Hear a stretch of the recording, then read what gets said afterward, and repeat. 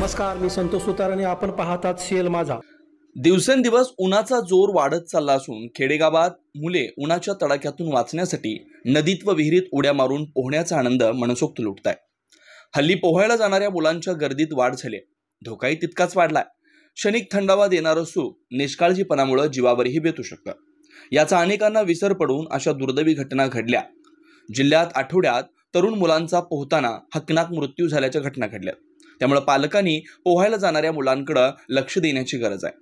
सध्या सकाळच्या शाळा तर कॉलेजला सुट्टी पडण्याचा हंगाम सुरू झाल्यानं पाहुणे आणि त्यांची मुलं गावात दाखल झालीत। काही शाळांना उन्हाळी सुट्टी पडल्यामुळे पाहुण्यांची मुले सुट्टीला आलीत। कडक उन्हाळा असल्यानं दुपारच्या वेळी अनेक जण पोहण्याचा आनंद घेत असतात।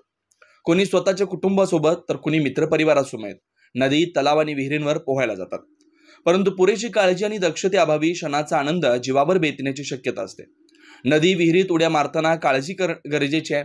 नदी, पाणवठे, विहिरींवर पोहायला जाणाऱ्यांची संख्या वाढली आहे।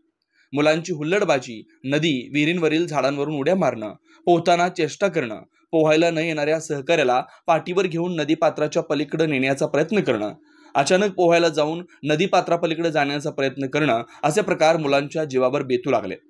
त्यामुळे पोहायला जाणाऱ्या सर्वांना काळजी घेणं महत्त्वाचं आहे।